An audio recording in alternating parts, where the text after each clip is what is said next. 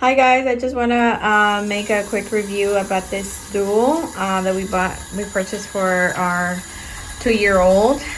She loves it. As you can see, she's washing her hands with the grandpa, but she loves it. Like I said, it's pretty steady. My husband set it up and it took him like maybe less than 10 minutes to do it. It was pretty quick.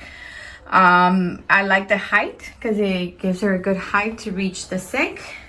And yes, so I hope you guys like it. We really love it.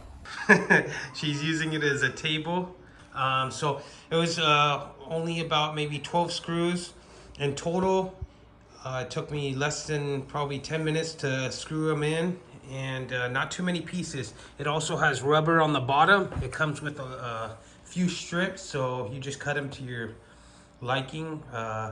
And yeah, I think that this is probably one of the best stools we bought. It's perfect for my daughter now to reach the sink so she can brush her teeth, wash her hands. So I would definitely recommend. Like I said, it's made very, very nice. It's not slippery at all, especially when you have the grips. And yeah, it's perfect size for her.